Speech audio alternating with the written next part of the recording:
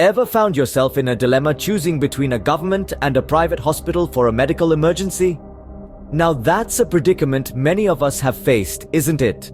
Today, we're going to delve into the topic of comparison between government and private hospitals. Unraveling the layers, we'll explore the general perception about these two sectors of healthcare and how they stack up against each other. In the vast landscape of healthcare, government and private hospitals represent two distinct sectors, each with its own set of strengths and weaknesses. They are like two sides of the same coin, vital for the functioning of a comprehensive healthcare system. Now, let's throw some light on the public's preference. It might surprise you to know that the divide isn't as clear-cut as you might think. A significant number of people lean towards private hospitals, attracted by the promise of prompt service and advanced technology. The allure of state-of-the-art facilities and the assurance of immediate attention can be quite compelling. On the other hand, government hospitals are by no means the less traveled road, quite the contrary. A large chunk of the population still prefers them for their affordable services and widespread availability. The trust in government-run institutions and the prospect of receiving treatment irrespective of one's financial status holds immense appeal for many. But here's the catch. The choice between a government and a private hospital isn't a straightforward one. It's not a simple matter of picking one over the other. It's a complex decision influenced by a multitude of factors, including location, affordability, complexity of the medical condition, and personal preference. What's more, the perceived superiority of one over the other is often a matter of perspective.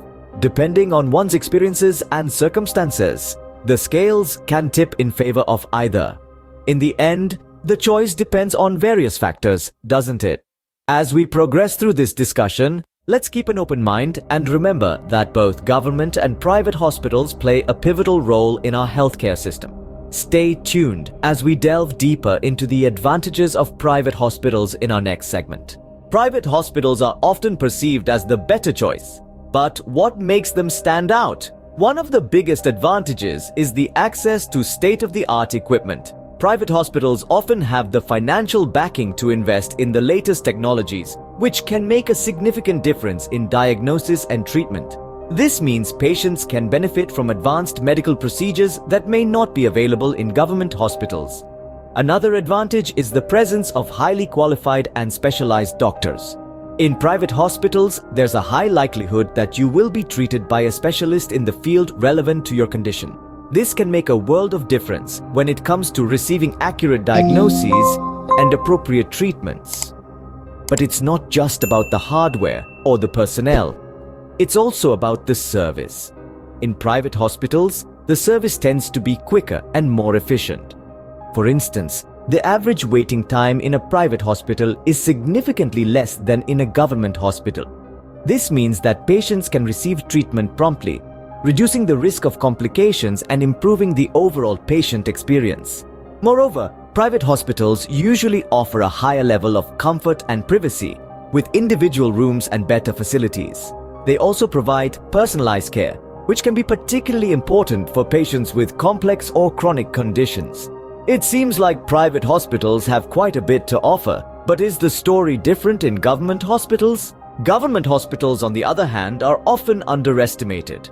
What might they offer that private hospitals don't? Let's delve into this. A key benefit of government hospitals is the subsidized cost of treatment. Governments around the globe allocate a portion of their budget to healthcare, ensuring that medical services are available to all citizens at a reduced cost.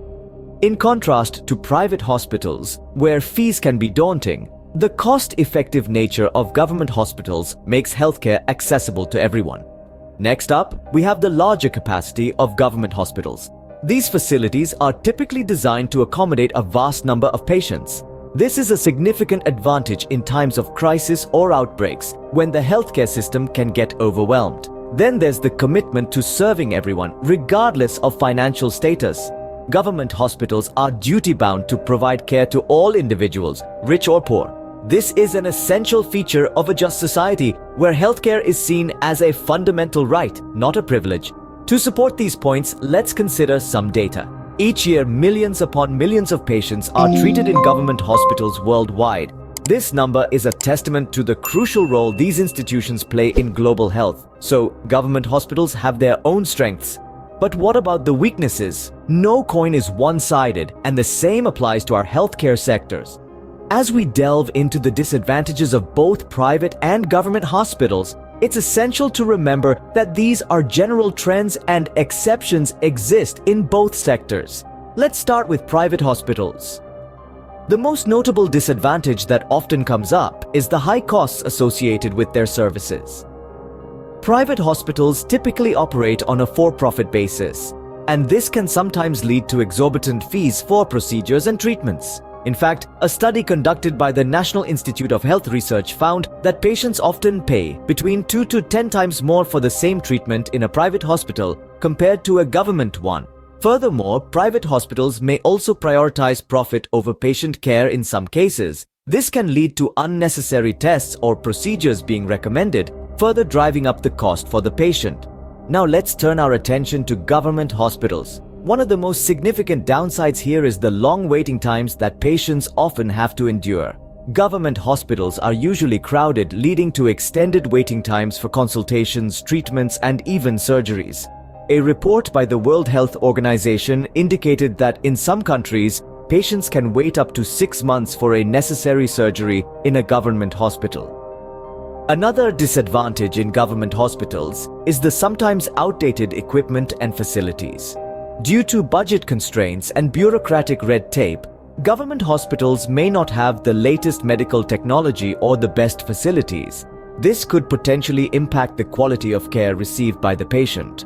However, it's important to note that both private and government hospitals play crucial roles in our healthcare system. They both have their strengths and their weaknesses, and the choice between the two often depends on an individual's specific needs and circumstances.